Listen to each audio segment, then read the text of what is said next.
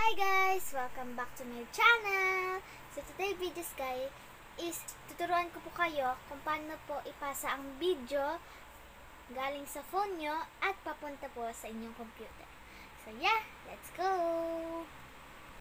Okay guys, so andito po tayo sa phone ni mama and ayan po. So pupunta po tayo first sa drive. Yan. Pagkapunta po natin dyan, is pipindutin po natin ito plus sign button.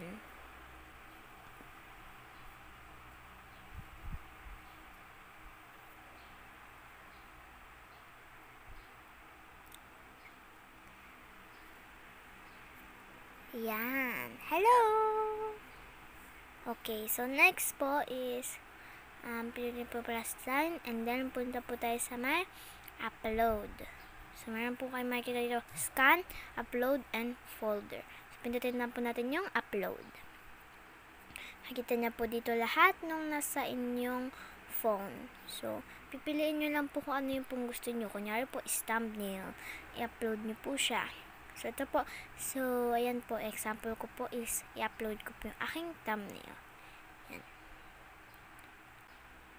Pindutin nyo po siya. And then, pindutin niyo po yung select. And wait nyo lang po na mag-uploading siya. Mabilis lang po siya kapag picture. And matagal naman po kung video.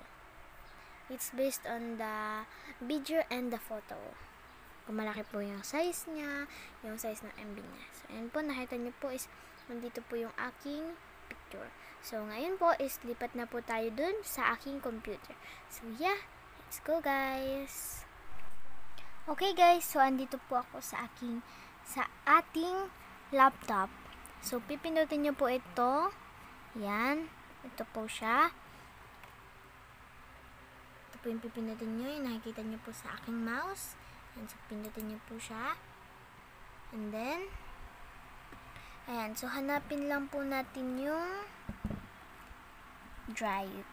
So, ito po drive. Yan. So, nakita nyo po is, ito po is account po yan ni Mami. So, switch account po natin siya. Yung account po na ginamit natin dun sa drive na in-upload natin kaganina. So, yan.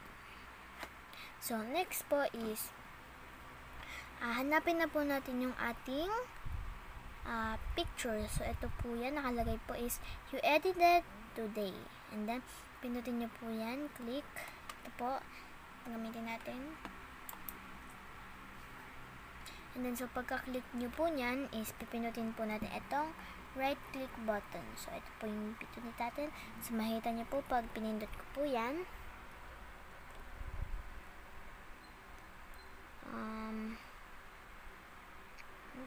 right click po. Yan. So then right click na natin siya guys. So makita nyo dito, meron ditong preview and meron download, make copy, manage version, rename, add to start, move to, add shortcut to drive, show file location, get link, and share. So kung gusto nyo po siya makita and i-download, pinutin nyo po itong preview. Ayan. So makita nyo po dito yung closer picture. So, pwede nyo pong i-zoom in yan. Pwede nyo pong tingnan yan. Pwede pong kayo pumunta dito. Pwede kayo mag-zoom out. Pwede kayong mag-zoom in dito. Zoom in, zoom out. Yan. So, next po is pindutin lang po natin itong arrow button.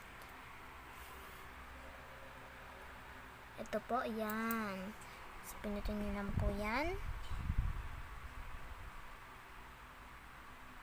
And then, makikita nyo po dito yung dinownload nyo po. Ayan.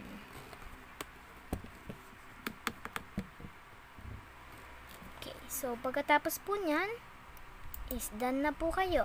Andun na po yung file nyo. Ito po, example po is, gusto nyo po yung i-upload sa inyong YouTube channel. Gusto nyo po siya, kunyari po is, kunyari po is for your videos thumbnail. So, punta po ako sa YouTube. And, papakita ko po sa inyo na nandun na po talaga yun sa aking account.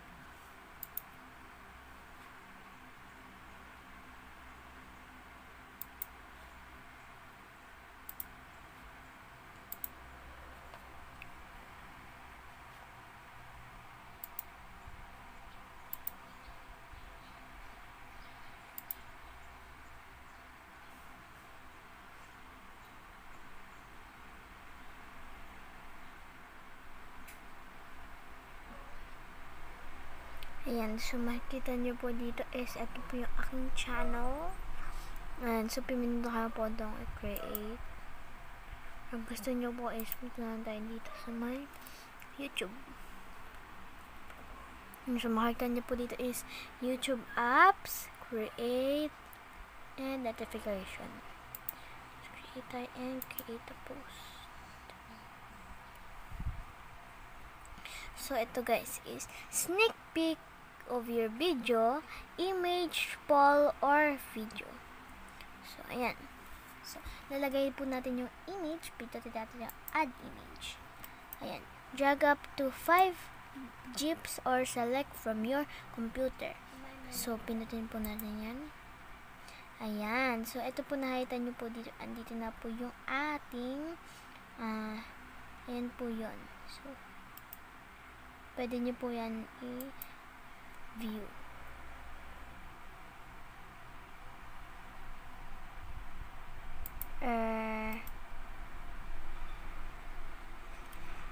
Okay, basta yun po. Hindi po siya makita. Pero pag pinindot nyo po itong open, ayan.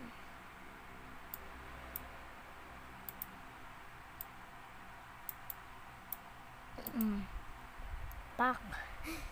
So, ayan po guys. Is yan lang po. And don't forget to subscribe my channel and click the notification bell para lagi kayong updated sa aking mga bagong video. Bye naman!